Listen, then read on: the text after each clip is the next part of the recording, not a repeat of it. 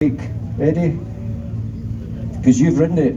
Wayne, sorry. Yeah, sorry. I thought you told me it's called Eddie Lawson. Yeah, just another one of my brain fades. No, yeah, exactly.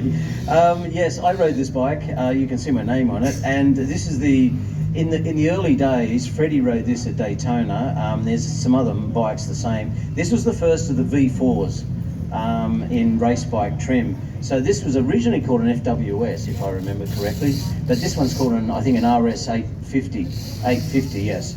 And they tried to use this in the British.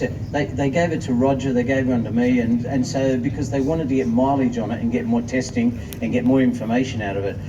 Yes, it's got lots of power, but it's quite heavy and it was a bit hard to turn. That's why they got a 16-inch front wheel on it. I think it was good, but it was early days for the V4, and by their challenge was to make it 850cc and beat the 1,000 four cylinders. It didn't quite do it, you know. So, but the bikes are now, that engine starting that point is now the latest MotoGP engine where they're V4s, which that's a V4. So it was a good bike, but it was early for its time. It had the wrong geometry, it had the wrong angle in the fork legs, the steep steering head. So this was prior to a lot of changes that we made in the 500s later, and that followed through to that, to then the RVF 750, the factory bike that I used at the 8-hour bike. So I've been around the V4 engines for a long time. Great engines, they're like tractors, they just keep going, and you can't kill them, you know. So it's a great bike, and that I rode that thing in the British Championship. Yeah, brilliant. I'm going to pinch that. And your memories of riding these, Roger, are they similar to Wayne? Yeah, you asked me yesterday, and you know, I just rode them, and I didn't take much notice of the technology or anything. People ask me a lot of questions. What bike's that? And I think, oh, I don't know. I know I rode it. So, but I do remember now, after the conversation yesterday, that you had to get to the grid and you had to get started quick because they overheated very quick.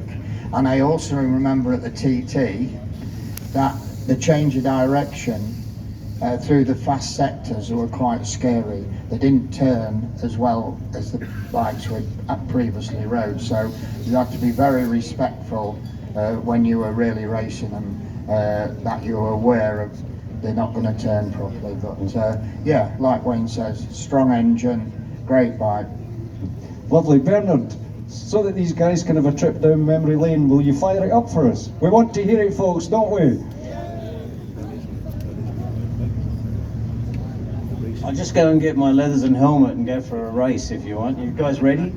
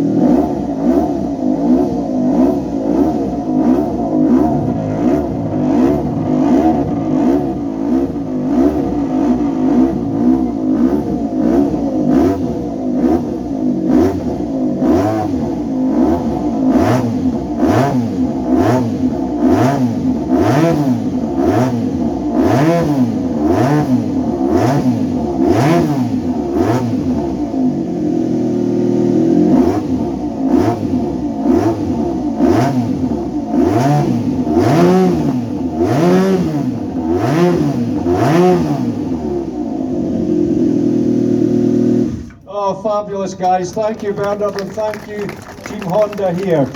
A couple of things I just want to say.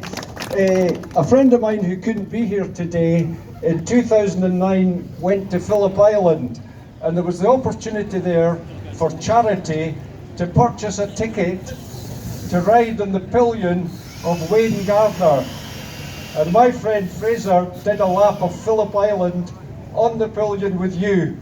Yeah, and he's never recovered, but he's so pleased to have done that. He's in a mental hospital. Yeah, and one last thing I want to say to Roger. Yeah, one thing I want to say to Roger, I'm so disappointed that you're here today without your tash. I thought we could have a competition. Well, yeah, I like my pawn tash, and I like my long hair to go with it. But when I lost my head of hair, some reason I took the tash off. So.